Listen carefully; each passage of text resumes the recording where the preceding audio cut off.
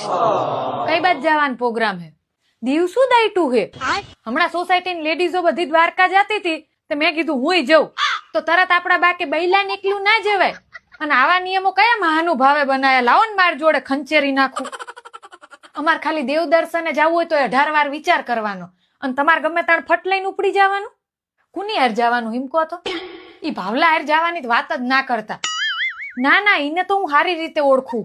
18 જગ બારો હે. પણ એક મિનિટ, તમે દર વખતે આ સિઝનમાં જ કેમ દીવ જાઓ? અત્યારે તો ઠંડી હે, દરિયામાં ત્યાં ક્યાંય નાવાનું ના હોય. અને આજો મને યાદ આવ્યું, જીયા વર્ષે જ અમારા ગામનો ભગલો દરિયામાં તણાઈ ગયો હતો. કઈ દીવ બીવ જાવું નથી. હારું હાલો, તમે દીવ જાઓ ને એનો મને કઈ વાંધો નથી, પણ મને હેરે લઈ જાઓ હાલો. કેમ? હું આવું તમને શું વાંધો? તમારે મને તેડવી પડે તો બસ દર વખતે ભાઈબંધો જોડે જ કેમ જવાનો ઉપાડો વાહે? ભાઈબંધો જોડે એટલું જ ફરવા જવું ગમતું હોય ને તો લગ્ન જ ના કરાય. શું કામ કર્યા? વાંઢારે આવું તું ને? આ શિયાળો આવ્યો નથી, દીવ જવું છે.